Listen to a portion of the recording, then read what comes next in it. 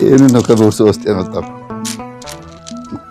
በአብ በወልድ በመንፈስ ቅዱስ ስም በስላሴ ስም ከዛ ላጣርግ ያወጣሁት እንደያዘች አውቃለሁ ስለማቀርብ። ከዛ ምንድነው ያለኝ? መቁጠሪያ አልኩት። አይ ሰውዬ ያስተማራችሁ በዚህ ነው ጥበቡን ያስቀምጠው አለኝ። ምንድነው የምትሉት? አይ መቼም እንደናንተ አተሌል ዋተሌል ምናምን አንልም አልኩት። አይ በስመ አብ ወወልድ ወመንፈስ ቅዱስ እሱ ድግምት ላይ ማስማት ላይም አለ። እናንተ የምትደግሙት አስማት ላይም እኮ በስመ አብ ወወልድ ወመንፈስ ቅዱስ ምናምን ከዛ በኋላ ካለቀ በኋላ ደግሞ ገቢር ምናምን ትሉና ደግሞ ምናምን ቆሻሻ ነገር ትቀላቅሉበታላችሁ። ያው ግን ቀውር አደረኩትና ሆስፒታል እኮ ነው እንደ ሕፃን ልጅ እንዴት ትመታኛለህ አለኝ። እኔ መጀመሪያ በቃ ያለኝ አማራጭ በዚህ አጋጣሚ ካልመታሁት መቼም አላገኘውም ብዬ ስላሰብኩ ነው። አይ ያማል አልኩት።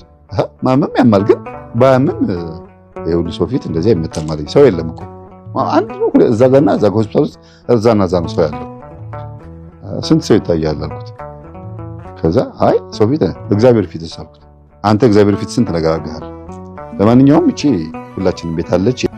መስቀልም ነበሩ የሷ ደግሞ ከዛ እቺ ናትና እያልኩኝ ይሄ እናት አባቶቻችን መቁጠሪያ ነው እና በዚህ ጀርባዋን ቀጥቅጣ ከዛ በኋላ የሚሆነውን ታያለህ የሚፈጠረው አልኩት። ከዛ ዶክተሩ ጠራው።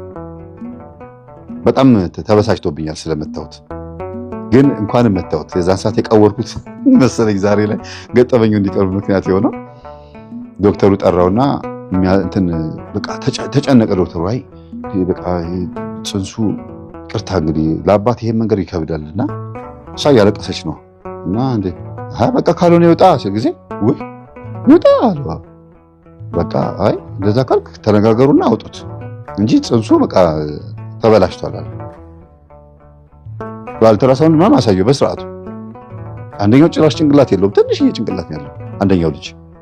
አንደኛው ደግሞ በጣም የተለየ ለየት ያለ ነገር ነው። ካሉ ራሱ ልክ አይደለም። ስኮርፒዮ እንትን በሉ ስታርፊሽ በሉት በቃ ለየት ያለ ነገር ነው ማለት። እኔ ራሴ በዛ ሰዓት ትንሽ ግራ ተጋብቻለሁ። እንደዚህ በዚህ ልክ ማህፀን ጽንስ ውስጥ ያለ እንትን ሽል ይታያል እንዴ ብዬ ሕክምናውን አድንቅ ያለው ግን ዶክተሩን ምንድን ነው ሰው ጊዜ አለኝ። አይ አባት ነው ግን አለኝ። አዎ ስለዚህ አይ ይውጣ ሲለኝ ጊዜ እኮ በቃ ካልሆነ ይውጣ ካለህማ በቃ ምን አንተ አይመለከትህም እኛም አይመለከተንም አልኩት። ከዛ ልጅቷ በስንተኛው ቀን መሰላችሁ? በሳምንቱ ደወለችልኝና ትምህርቱን ልሰጣት ነው ለታሪኩ ባለቤት እንደገናም ደግሞ ለባሏም እንዲያዳምጥ ላደርግ ነው። ቤቱ ምናምን ሊስተካከል በቃ አጠቃላይ ለሁሉም ትምህርቱን ላዳርስ ነው። ውጊያ ልጀምር ነው። ጽንሱንም ደግሞ በቃ እኔ አልፈልገውም እንዲወርድ እፈልጋለሁ አለች። እኔ በዚህ ውስጥ የለሁበትም፣ ግን ሌላ ሆስፒታል ብትመረመሪ ደግሞ ትንሽ አንድ ወር ቆይተሽ ወይም ደግሞ አንድ 15 ቀን ቆይተሽ እየሰገድሽ ምናምን ቼክ ብታደርጊ ጥሩ ነው አልኳት። እሺ አለች እና ለአንድ ለ15 ቀን ያክል በመቁጠሪያ እየቀጠቀጠች እየሰገደች እያለቀሰች ቅዱስ ሩፋኤል ሆይ እባክህ ስራው ጽንሱ ሽሉን ስራው እያለች ጸሎት አድርጋ ድጋሚ ሆስፒታል ከ20 ቀን በኋላ ሄደችና ያው ዶክተር ነው መምህር አለች። አቤት ዶክተሩን አያለህ ነው አለች። ምን አልኳት? ኧረ ይፈልግሃል አለች። ምን አድርገሽ ነው እንደዚህ አውጥተሽ ሰርተሽ ነው እንደመለስሽ አለኝ። እና ምንም ነገር ኖርማል ሰው ነው የሚታየኝ እና እንዴት ነው ብላችሁ አንድ ፊኛ ስትነፉት ወደ ውስጥ ጭርምት ብሎ የነበረውን እፍ ስትሉት ብሎ እንትን የሚነፋው ልክ እንደዛ የተጨራመተ ፊኛ እንደ ጭንቅላቱ ሰምጦ የነበረው ጭንቅላቱ ተመልሶ ወደ ነበረበት የተተካ እስኪመስል ድረስ ሙሉ ጭንቅላት ሆኗል። ይሄ አካሉ ቅርጹ የተለየ ነው የሚመስለው የነበረው ልጅ ደግሞ ሙሉ በሙሉ አካሉ ተስተካክሏል። ሰው ወደ መሆን መጥቷል። እና በዚህ ልክ ሰይጣን እንደዚህ አካል ይቀያይራል እንዴ ሲባል ጊዜ ሰይጣንም እግዚአብሔርም አካል ይቀያይራል እንዴ? ጽንስ የእግዚአብሔር ነው እንግዲህ መቼም ልጅ የእግዚአብሔር ነው ምናምን ብሎ ተከራከረኝ። አይ ወንድሜ ዶክተር ይኸውልህ ማንነታችን ሙሉ በሙሉ ለሰይጣን ከተሰጠው ግብር እየተገበረለት ያንተ ነው ተብሎ እየተነገረው ከሆነ የተኖረው አዎ የኔ ነው ብሎ በባለቤትነት ይረከብና አካል ይቀያይራል። ለዚህ ነው እኮ ወደ ተለያየ እንስሳነት የሚቀየሩት። የተለያየ አይነት ባህሪ ያላቸው በተለይ በአዳም ልኮ በሚያመልኩ ቤተሰብ ውስጥ ብዙ አይነት አካል ጉዳተኛ ልጆች የሚወለዱት በዚህ ምክንያት ነው። እና ይሄ ነው ብዬ በተለይ ህንድን ምክንያት አድርጌ ኢትዮጵያና ህንድን ሲያስተውል ባዕድ አምልኮ በጣም የሚመለክባቸው ቦታዎች ናቸው። ህንድ ላይ ደግሞ በጣም እንደዚህ ነገር ይበዛል ብዬ ቪዲዮዎች አሳየሁት። በጣም ገርሞት ዶክተሩ በስላሴ ስም እና ይሄ አስተምህሯችን ዝም ብሎ ጉንጭ አልፋ ወይም ደግሞ ከንቱ ልፍለፋ እንዳልነበረ በቲክቶክ እኮ ያለው እንዲህ ስትል ምናምን ስለመንፈስ ታወራ ያለው ግን በተጨባጭ እንደዚህ እንደሚሰራ አላውቅም አለኝ። ለእኔም ይሄ ተአምር ነው። እኔ እኮ አይደለም የሰራሁት፣ እኔ እንዳደረኩት አገር ነው እየቆጠርክ ያለው። አስተምህሮን አስተማረን እንጂ እሷን ይሄ ነገር ያመጣችው አልኩት። ምንድነው እምነትሽ አላት። እኔ ወደ እግዚአብሔር ተመልሻለሁ። ሰውየው በቃ ደብተራ ነው ማለት ባለቤትሽ? ደብተራ። ደነገጠ እሱ ራሱ እና አው ነገርኩት። እንደዚህ ነው ታሪኩን የተወሰነ አንድ 20-30 ደቂቃ ቁጭ ብዬ ስነግረው ኧረ ይሄ ሰውዬ ለውጡት በሱ የተበከለ ብዙ ሰው ይኖራል። አይ እንደዚህ ብዙ ርቀት የሚሄድ ሰው አይደለም፣ ግን አለችኝ ማቃጠበ ባለች እያለ ካፉ ካወጣው መንፈሱ ይሰራለታል ምናምን ብዬ ነገርኩት። ታዲያ ሰይጣን ከተጠናወተው እና ይሄ ጥበብ ካለው እንዴት አልቀጠለበትም? እንዴት አልገፋፋው? ጊዜ ወይ ባልሽ የስለት ልጅ ነው የሚሆነው። የስለት ልጅ የሆኑና የእግዚአብሔር መልአክ በቅርብ ርቀት ይከታተላቸዋል። ግን በነፃ ፈቃዳቸው ተጠቅመው ከእግዚአብሔር መስመር ይወጣሉ። ሄደው አጋንንትን ይዋረሳሉ። ያ አጋንንት ደግሞ ሰውየው ምንም እንኳን አጋንንትን ፈልጎ ወደ ባህር፣ ወደ ጉድጓድ፣ ወደ ወንዝ፣ ወደ መዋረሻ ቦታ ቢሄድም ሰይጣኑ ግን ያውቀዋል ሰውየውን። አይ ነገ ከነገ ወዲያ ይከዳኛል፣ አብሬው አልቀጥልም፣ ህይወቱን ባቆሽሽ ህይወቱን ባበላሽ ነው እንጂ ቢሻለኝ ከሱ ጋር አብሬ መዘልቅ አይደለም አንዛለቅም፣ የሆነ ቀን ያመልጠኛል ብሎ ስለሚያስብ ኃጢአት ብቻ ነው የሚያሰራው እንጂ አብሮት መቀጠል አይፈልግም። ስለዚህ የሰውየው ብቻ ሳይሆን የመንፈሱን ፍላጎት ነው ብዬ ነገርኩትና ትምህርትህን ካሁን በኋላ አዳምጣለሁ ምናምን ብሎ ተለያየን እና ደስ አላት በጣም። ውጤቱን ይዘን ሄደን ለባሉ አሳየችው። እኔም አብሬያቸው ሄድኩኝ፣ ቤት ሄድኩኝና እሺ ጥበበኛው ምናምን አልኩትና እሺ እንደዛ ስንባባል እኮ ጥሩ ነው ማማለኝ። ከዛ ግን ውጤቱን ስታሳየው ደነገጠ። መጀመሪያም አለ ወረቀት ውጤት ፎቶ፣ እንደገና እንዴ የሌላ ሰው ወረቀት ነው እንደ የሰጠሽ አላት። ኧረ አይደለም ይሄ የራሴ ነው፣ የሁለቱም ስሙ የራሴ ነው እንደ ተመልከተች። ደወለትን ዶክተር ባለፈው የሰጣት የሌላ ሰው ውጤት ነው አላየ መንፈሱ እንዴት እንደሚያሳያቸው። ኧረ ራስህ ነህ እዛው እያየን አይደል ወረቀቱን ፕሪንት አድርጌ የሰጠኋችሁ፣ የራሳችሁን ወረቀት የሰጠኋችሁ። ይልቁንስ መጠራጠርህን ተውን አለው። እኔ ገና ሳልናገረው ገና ስልኩን ሲዘጋ እኮ ልናገረው ነበር የፈለኩት እኔ። ዶክተሩ ግን ራሱ ጥርጥሩን ተውና አጠገብ ያለው መምህር አለ መምህር አለው። አዎ ሲል ጊዜ አጠገብ ያለው መምህር የሚነግርህን ስማ። አንተ ምንም እንኳን ደብተራ ብትሆንም ግን እግዚአብሔር አንድ ድል ሰጥቷል ሲለው ጊዜ ጥበቤም ተነግረሃለች ደብተራ እንደሆንኩም ተነግረሃል እንዴ? በልበል ቻው ዘጋና እንዴት ነው ነገሩ? ሳልፈቅድ ሙያዬን ማስተዋወቅ ጀመራችሁ እንዴ አለ። ከፈለክ እኔ ዩቲዩብ ላይ ማስተዋወቅልሃለሁ፣ ለኪንታሮት፣ ለጨብጥ፣ ለቂጥኝ፣ ለእቁብ፣ ለእድር ምናምን እያልክ ለመስተፋቅር እያልክ እንደምትለው ከፈለክ አስተዋውቅልሃለሁ አልኩት። እሱን የምታስተዋውቅ ሰው እንኳን አትመስልም። እኔ እየቀለድኩበት ነው።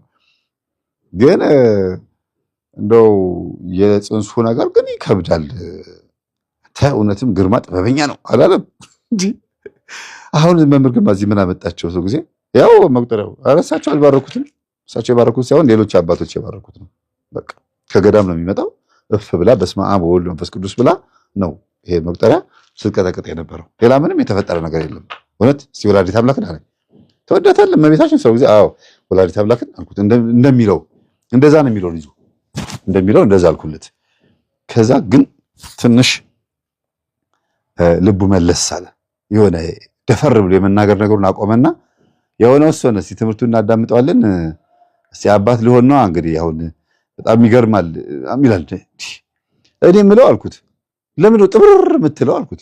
በገዛ ቤቱ ምን ላድርግ ታዲያ እንጂ እኔ ክርስቶስን ይዣለሁ። ቤት ቤተክርስቲያን ነች እንጂ ቤት አይደለምና ቤተ እግዚአብሔር ነው አይደል? አዎ የሱ ቤት አይደለም መብቴ ነው። እና ለምንድን ነው እንደዚህ እያልክ የምታወራው? ምንድን ነው እንደዚህ የምትንጠባረረው? አባት ነህ፣ እኔም አባት ነኝ፣ የሶስት ልጆች አባት ነኝ። አንተም ደሞዝተኛ ነህ፣ እኔም ስራ እሰራለሁ።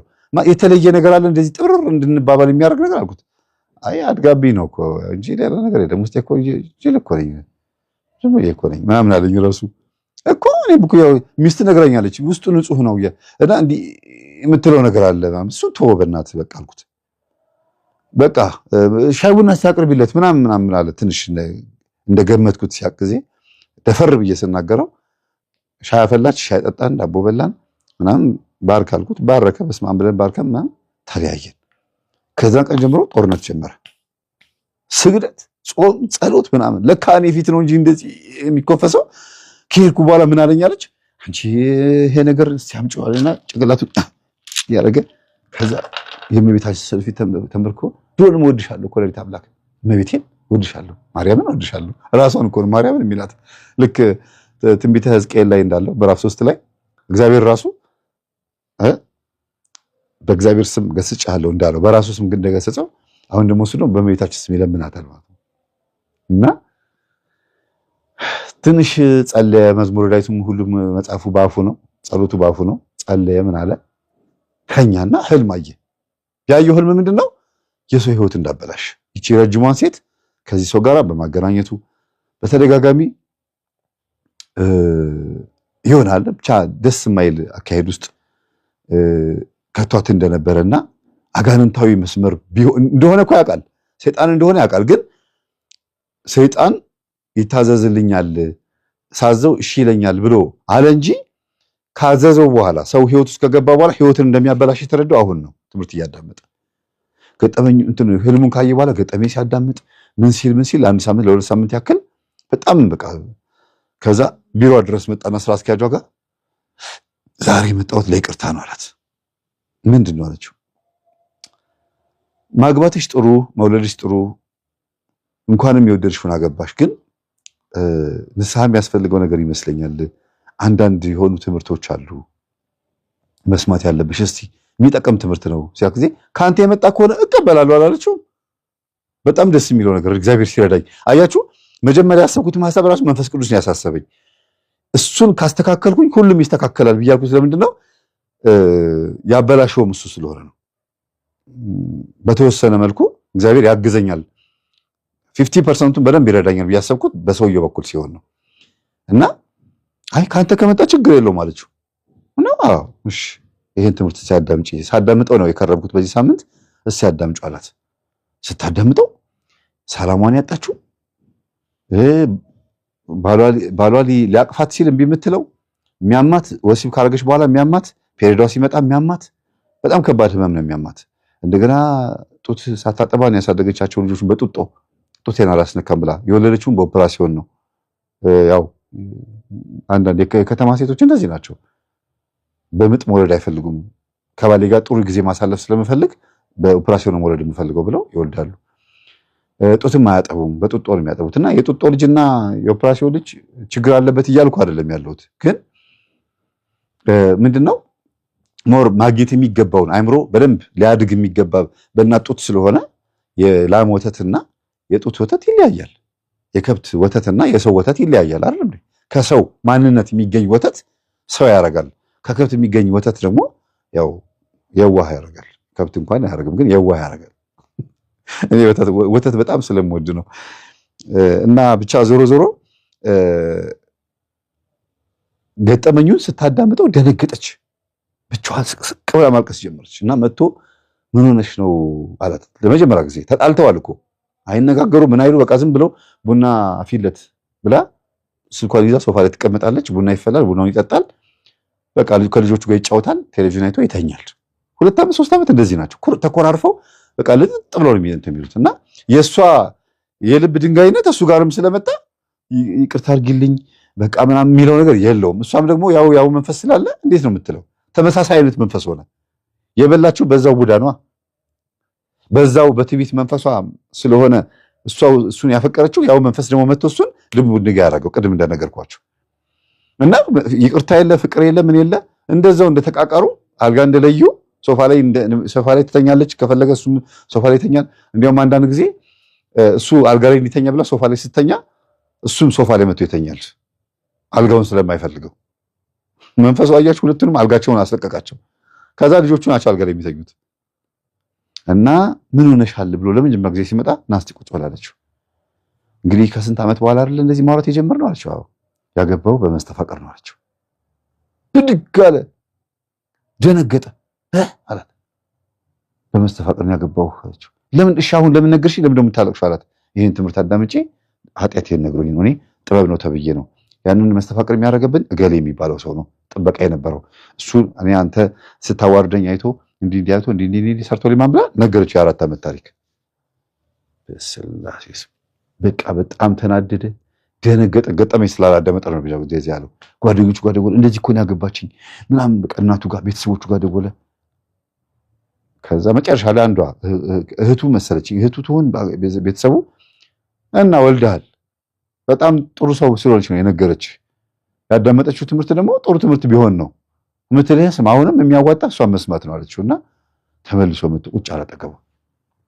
አያችሁ ምክር ሲሰማ እግዚአብሔር ነው እንደዚህ ያ ነገር የሚያደርገው።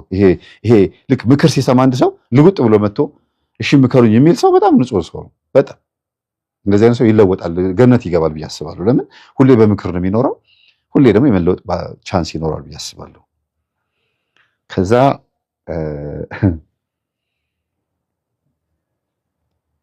መጾም፣ መጸለይ፣ መስገድ ምናምን እንደዚህ በቃ ተጀመረ። ደወለችላት እቺ እንትኗ ደብተራውን ያገባችው ደወለችላትና ባለቤቴ እንደነገረች ሰማሁኝ እኮ አለቻት። አዎ እየሰገድን ነው ማርያም አለቻት። አዎ እየጸለያችሁ ሁለታችሁም? አዎ እሰይ የኔ ጌታ ስለተስየ ነበርኩ። ልክ ይሄንን ትምህርት ባለቤቴ እንደነገራቸው ልቧን ቅይር ባለቤቷንም ሁለቱም ፈቃደኛ እንዲሆኑ በቃ እሺ እንዲባባሉ አድርግ ብዬ ነግሬው ነበር ለቅዱስ ሩፋኤል አለች። በቤታቸው ደግሞ ያለው ቅዱስ ሩፋኤል ስዕል ነው የሚገርማችሁ፣ እቺ ረጅሟ ቤት ያለው። ከዛ አዎ እኔም ቤት ያለው ቅዱስ ሩፋኤል ስዕል ነው። በጣም ገረማት። ስለቷ እንደሰማ በትክክል ጸሎቷ ተሰምቷል። ለምን ወዲያው እሺ የተባባሉት ቢናደድም ወዲያው የሚያዳርሰው ግን በቃ ልኩ እዛው እሷ ስር ነው ልኩ የሆነው። መታጠገው ተቀመጠ፣ ተለቃቀሱ። በቃ የልጆች አባት ነህ እኔ መስሎኝ በቃ ስለምትወጂኝ ነው ስለምታፈቅኝ ነው ምናምን ብላላለም። አረ ይሄ ባህሪ እኮ ነው የሚመቸኝ። በቃ እኔ ድሮንም እኮ ይሄን ባህሪህን ነው የምወደው። ብዙ የምታካብድ ሰው አይደለህም። አሁን እኔ መጾም፣ መጸለይ፣ መስገድ እፈልጋለሁ፣ ወደ እግዚአብሔር መመለስ እፈልጋለሁ ብዬ ይኸው እንደዚህ ስዕል ምናምን ለጣጥፍ ያለው ስትለው ጊዜ በነገራችን ላይ እዛኛው ክፍል ገብቶ አያውቅም። አሁን እሷ ስታለቅስ የነበረበት ክፍል ቀና ብሎ እንኳን አላየውም ቤቱን። ስዕሉን ሲያየው ቦታውን ሲያየው ምናምን ደና ራሷን ለማከም የሆነ ጥረት እያደረገች ነው። ከዛ አብሮ መስገድ ጀመሩ፣ አብሮ መጸለይ ጀመሩ። አሁን እግዚአብሔር ስሙ የተመሰገነ ይሁን የሚገርም ላይፍ ውስጥ ነው ያሉት። ግን ያስቸገሩን ጓደኛዋና የጓደኛዋ ፍቅረኛ ስራ ባልደረባዋ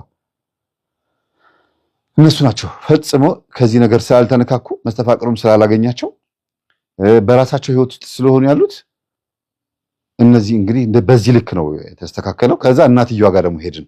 ማዘር ቤት እንተዋወቅ አልኳቸው። ተዋወቅንና ልጄ እንደው ይሄ ነገር እንደው እውነት ነው አሉኝ። ልጄ የምትነግረው እውነት ነው አሉኝ። አዎ አልኳቸው። እውነት መምህር ግርማ የሚያስተምሩት ትምህርት ትክክል ነው ማለት ነው ሲሉን ጊዜ አሁን አመኑ ስላቸው ይቃውሙ እንደነበረ ሰምቻለሁ ብያቸው ነበር መጀመሪያ። አሁን አመኑ ስላቸው ጊዜ አመንኩ። አሁን አመንኩኝ። ምክንያቱም ልጄ እንደዚህ አይነት ባህሪ አይቼባት አላውቅም። ልስልስ ብላ አሁን ጭምት ብላ እኔ ግትር የምትለው ይሄ ትቢት የሚሰማት ነገር የለም።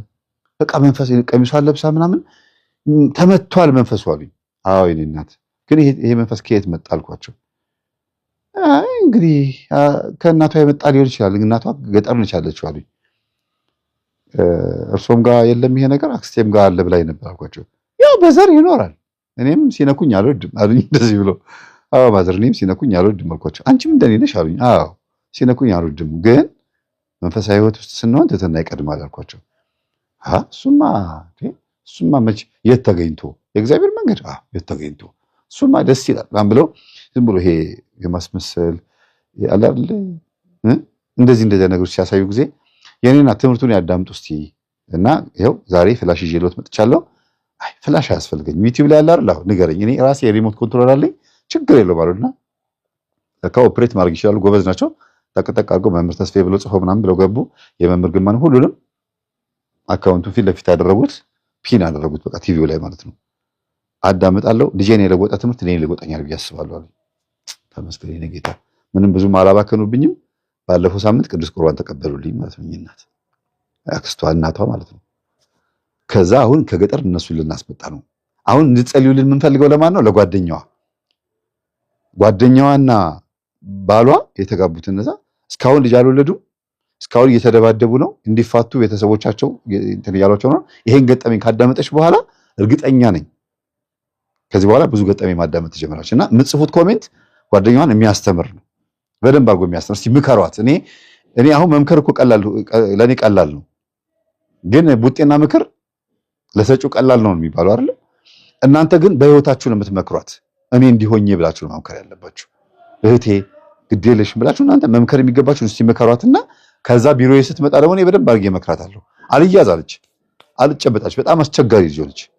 መንፈሱ በፍጹም እኔ ሊያስጠጋታች። ኧረ የእናንተ ትምህርት አልሰማም ምናምን ትላለች። ጓደኛሽ እንደዚህ ተቀይራ እናቷን አስቆርበን ምናምን እያልኩኝ ባለፈው ሳምንት ራሱ ባለፈው 3 ቀን አረቀን ስነግራት አይ አልፈልግም ግግም አለች። በቃ ኦኬ የሆነ ያደረገችው ነገርማ ይኖራል ብዬ የሆነ መተትማ ይኖራል፣ ወይ ራሷ አድርጋ ነው ወይ ተደርጎባት ነው ወይ ደግሞ የሆነ የበላት ቡዳ መንፈስ ይኖራል፣ ወይ እንደዛው መካን እንደሆኑ ልጅ ቢብላታል ብያቸዋለሁ አይደል? በመካን እንደሆኑ የዝሙት የወሲብ ጊዜያቸውን እያጣጣሙ ነው ብዬ አስባለሁ። የሆነ ጊዜ ላይ ቀስ ብለው ወደ ጸሎቱ ወደ ስግደቱ ሊመጡ ነው ብዬ አስባለሁ። እንደዚህ የሚያደርጉም ስላሉ ነው። እና ከላይ ልጅ እኮ እምቢ ብሎኝ ይኸው እስኪ ጸልዩልኝ ይላሉ። ከውስጥ ግን የልጅ ጠል የሆነ መንፈስ ስላለባቸው ያ መካን ያደርጋቸው መንፈስ ስላለባቸው ወሲቡ ላይ ደስተኞች ናቸው ለጊዜው ማለት ነው። የወጣትነት ስሜት ስለሆነ ነው። እሺ አለመብሰልም ነው አለመማርም ነው። ስለዚህ እርግጠኛ ነኝ ትመጣለች ብዬ አስባለሁ። እስኪ እዚህ ጋር ለእሷ ሳይሆን አጠቃላይ ከገጠመኝ ውስጥ ምን እንመካከር። መስሪያ ቤት ውስጥ አንድ ላይ የምትሰሩ ባልና ሚስቶች ፍቅረኛሞች በተቻለ መጠን ቤት ውስጥ ሰላማችሁን ማስከበር አለባችሁ። ቤታችሁ ውስጥ ያለው ሰላም ነው ወደ መስሪያ ቤት የሚሄደው። ቤታችሁ ውስጥ ሰላም ካልሆናችሁ ይዞ ስራ ቦታ ድረስ ይሄዳል። እኔ እንዲያውም ቆራርጬው ነው እንጂ ስራ ቦታ ላይ በጣም ነው የሚገለማመጡት፣ በጣም ነው የሚሰዳደቡት፣ በጣም እንትን የሚሉት አንዳንዶቹ። እነዚህ ሁለቱ ባልና ሚስቶች እንደዛ ነው የገጠማቸው እና ሽምግልና እስኪቀመጡ ድረስ አሁን እኔ መስሪያ ቤት ራሱ አስተምር ተብዬ የተጠራሁት ራሱ አንዱ ለሽምግልና ነው። ሽምግልና ተጠርቼ ነው። እሷ በወሊድ ጊዜ ከስራ ስትቀር ስራ አስኪያጅ ተቀጥሮ ነበረ በሷ ቦታ እና ግን እሷ ዋና የድርጅቱ ስራ አስኪያጅ ብትሆንም ግን ስራውን በደንብ ስለለመደው ሰውየው እሷ በልጆቿ ምክንያት በምናምን ስትቀር ስራውን በደንብ እያከናወነላት ዋና አለቃ እስኪመስል ድረስ በጣም መልካም ሰው ሆኗል። አሪፍ ሰው ነው። ሃይማኖቱ ደግሞ ፕሮቴስታንት ነው። እንዴት እንደሚያከብረኝ እዛ ሲሄድ ከዛ ወንድሜ ተልኬ ነው ስራ አስኪያጇ ልካኝ ነው እንደዚህ ነገር አስተምር ብላኝ ነው የመጣሁትና ምናምን በየሰው ጊዜ ችግር የለውም ምንም ችግር እንግዲህ ስራ አስኪያጅ ስላልሆነ አይደለም ወይም ደግሞ እሷ ስላዘዘችው ብቻ ሳይሆን ብዙ ነገር ማድረግ ይችል ነበር። ኖ ማለት ይችል ነበር። መብት አለው። አይፈቀድ ማለት ይችል ነበር እና አረ ችግር ለስራችን እንደው አሪፍ ይሆናል፣ እነሱም ሰላማዊ ይሆናሉ። ፍቅር ሲደረጅ እኮ ስራው አሪፍ ይሆናል ምናምን ብሎ ፈቀደልን። የስራ ዘርፋቸው ይለያያል፣ አይገናኝም። የእሷ ስራ አስኪያጅነት ሌላ ቦታ ነው፣ የእሱ ስራ አስኪያጅነት ሌላ ቦታ ነው። ግን ሰራተኞቹን ኮላፕስ አድርገን ሳንድዊች አድርገን አንድ ላይ አድርገን እንድናስተምር ነው እሱ ጋር መጠየቅ ያስፈለገኝ። የሌላውን ዘርፍ ሌላኛውን ፎቅ ውስጥ ያሉትን ማለት ነው። ከዛ እንግዲህ ግራ እንዳትጋቡ የሁለት ፎቅ ያለው ድርጅት ውስጥ አንደኛው ፎቅ ውስጥ ያለው ስራ አስኪያጅ እና እዚህኛው ፎቅ ውስጥ ያለው ስራ አስኪያጅ ሁለቱ ዘርፉ ስለሚለያይ የተለያዩ ናቸው። ግን ይሄንንም ማዘዝ ትችላለች።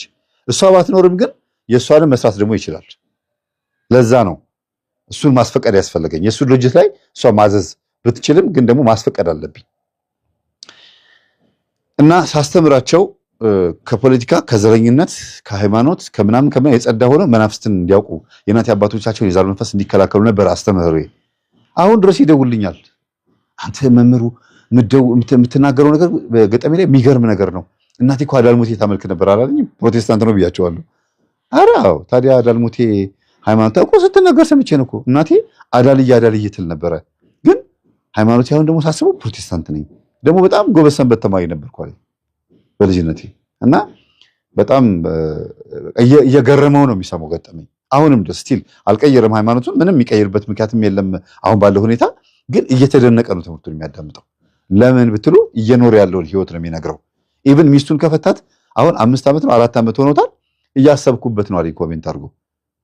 ከሚስቴ ጋር ሲጣላት በምን እንደሆነ አሁን እየገባ ይመጣ እና በሁለቱ ባልና ሚስቶች ጸብ ምክንያት ተጠርቼ ለማስታረቅ ስብሰባ እስከሚሰበሰቡ ድረስ ሆኛለሁ። እባክህ እንደዚህ ሆነዋል እየተባልኩኝ ማለት ነው። ወደዚህ ስንመጣ ግን ይሄ ግትርነት፣ ካፈርኩ አይመልሰኝነት፣ ትዕቢት፣ መለጠጥ ጉራ ምናምን የሚባሉ ነገሮች አያዋጡም። የሚያዋጣው ትህትናና ጥንቃቄ ነው። ቀይ መስመር አለ፣ ግን ትህትና ያስፈልጋል። ትህትናችሁን ጥሶ የሚያልፍ ሰው ካለ ነው አይ ጋዝ ላይትን አትልቀቅብኝ እዛው ባለህበት ብላችሁ የምትናገሩበት ግልጽ የሆነ መስመር ያስፈልጋል። ማስደንገጥ ብሎ አለባችሁ። ስራው ሲቀር ይቀራል እንጂ መልመጥመጥ አያስፈልግም። በዘዴ የምታልፉት ነገር ከሆነ ካልሆነ ግን ፊት ለፊት መንገር ነው። ስራውን እስከ ማጣት ድረስ ለምን መሳችሁ? ይጋባላ መንፈስ ይጋባል። ተጋብቶበት ከሆነ እንደዛ የደነፋባት ያ የጓደኛዋ ፍቅረኛ ፎቶውን የላከላት ማለት ነው። ተጋብቶበት ከሆነ የእሷ ትዕቢት መንፈስ ተጋብቶበት፣ የእሷ ግትርነት መንፈስ ተጋብቶበት እሱም ግትሮ ነው እሷን አጠቃት። ጠቀማት እንጂ አልጎዳትም። በእርግጥ ግን በአንድም በኩልም ስታስቡት በአንድ ድርጅት በአንድ ስራ ቦታ ላይ በስብሰባ ተስማምተው በቢሮ የሚጣሉ አሉ። በሐሜት ማለት ነው።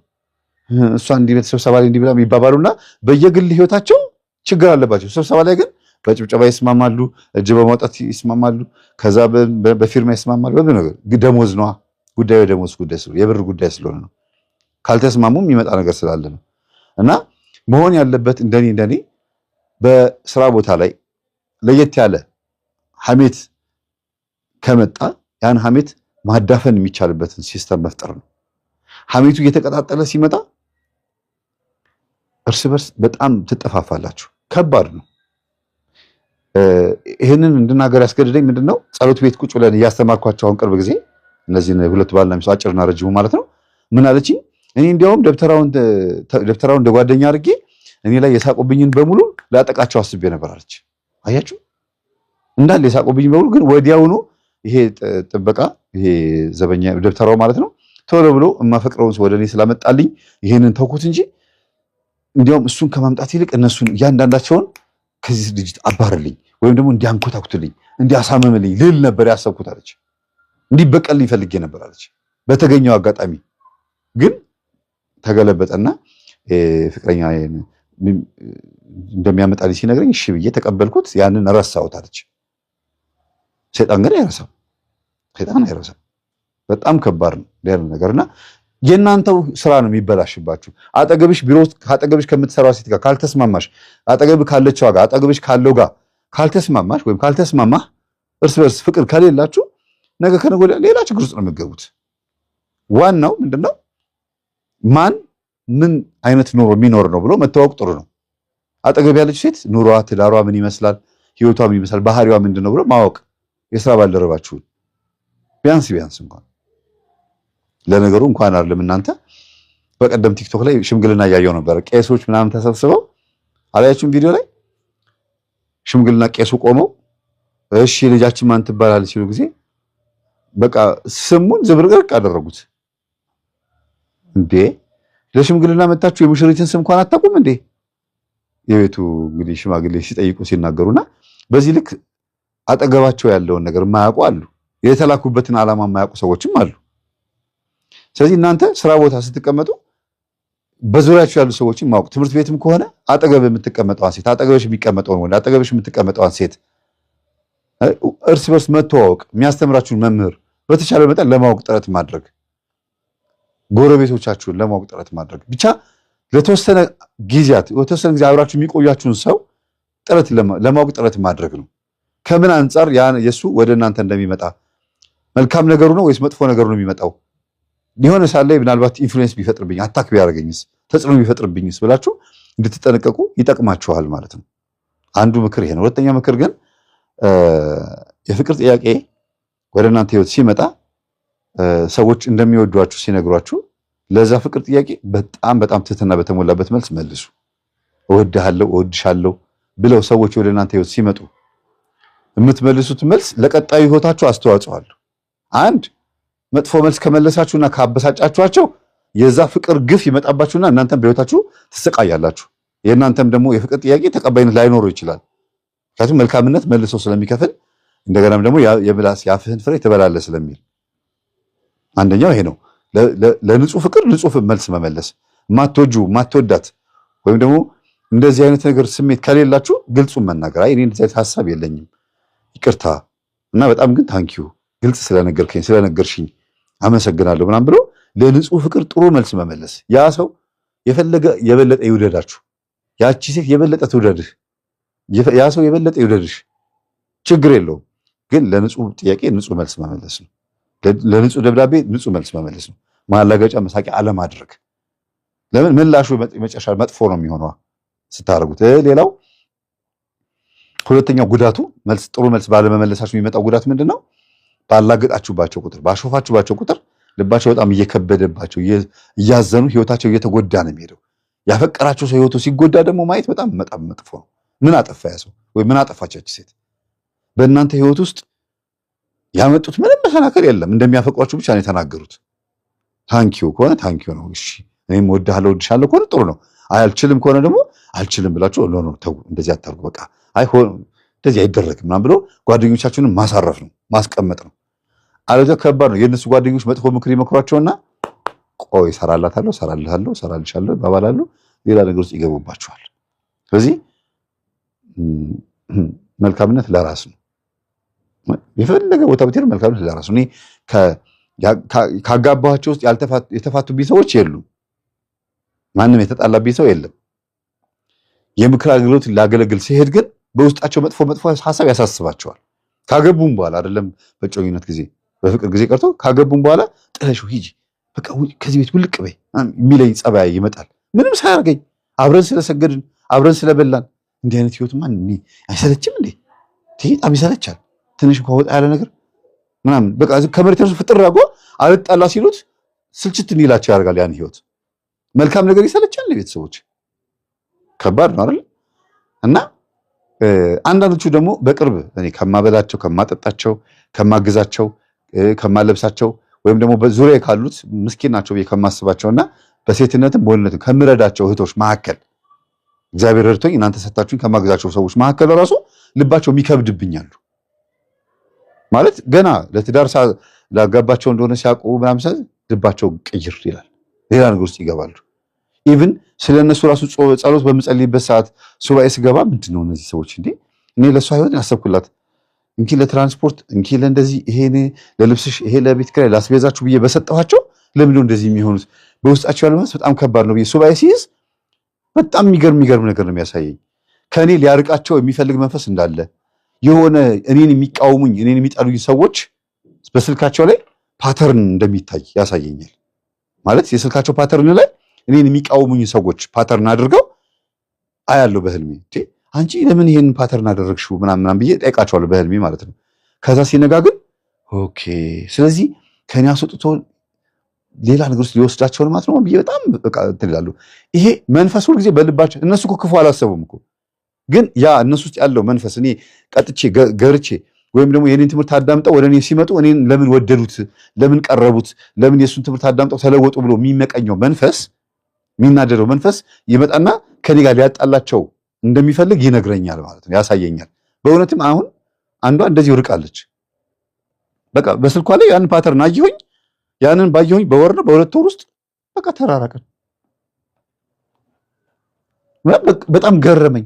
እንዴ እኔ በጣም ብዙ ቦታ የምሮጥ ሰው ነኝ። በጣም ብዙ ቦታ የምሄድ ብዙ ነገር ማገለግል ሰው ነኝ።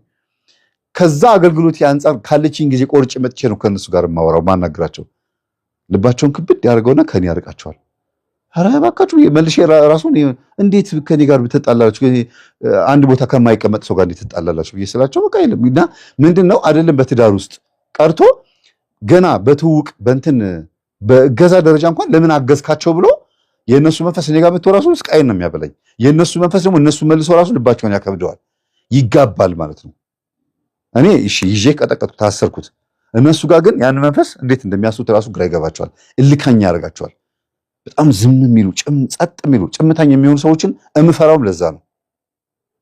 በጣም ማለት አንዳንድ ጊዜ ገጠመኝ ውስጥ የማውቃቸው ሰዎች ለምሳሌ አሁን የዛሬ እዚህ ገጠመኝ ላይ ያለችው ባለታሪካችን ትምህርት ላይ ጊዜዋን ያሳለፈችው ብያቸዋለሁ። ጊዜዋን ስላሳለፈች ሞር በብዛት ዝምታን ታበዛለች። ልክ ስታወራ ደግሞ ትዕቢተኛ ትመስላለች ልጅቷ። በትዕቢት የምታወራ ትመስላለች፣ ግን እኮ ባህሪው አይደለም። መንፈሱ ልቧን ያከብደዋል። ስለዛ የቀረባ ሰዎች ምን ይሏታል? ስታወራ ደስ አትልም፣ የሆነ ደግሞ ትንጠባራለች እንዴ ምናምን ይሏታል። እሷ እኮ ልቧ ንጹህ ነው። እና መንፈስ በልብ ላይ ተቀምጦ አይደለም ትዳር ውስጥ ያሉትን ገና ወደ እግዚአብሔር መስመር የሚመጡትን ራሱ ያሸሻል ነው እያልኳቸው ያሉት፣ ያርቃል። እግዚአብሔር ስሙ የተመሰገነ ይሁን። የተጋቡትን አያፋታብኝ፣ የተዋወቁትንም አያለያይብኝ። እናንተም ይሄን ትምህርት ካዳመጣችሁ በኋላ አጠገባችሁ ያሉ ሰዎችን ልብ ተረዱና አትክበዱባቸው፣ እነሱም ደግሞ አይክበዱባችሁ። ተረዷቸው። እናንተንም የሚረዷችሁ ሰዎች አፍሩ። ካልተረዷችሁ ምን ጥቅም አለው? ካላገዟችሁ አዝለዋችሁ ሁሉ የሚሮጡ ሰዎች ሊኖሩ ይገባሉ፣ ከመግባባት የተነሳ ማለት ነው። እና ይሄ ነው ለዛሬ የነበረኝ ምክር። ግትርነት አያዋጣም።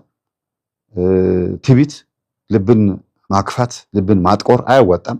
ለምን? ነገ የሚፈጠረው ስለማይታወቅ። ነገ መጸጸት የሚባል ነገር አለ። ነገ አንገት መድፋት የሚባል ነገር አለ እና መሆኑ ካልቀረ ከአሁኑ ትሁት መሆን ይሻላል ብዬ ትምህርቴን እጨርሳለሁ። ሰላሙ ነው። ብርሃን እያለ ወደ ላይ መውጣት አንፍራ።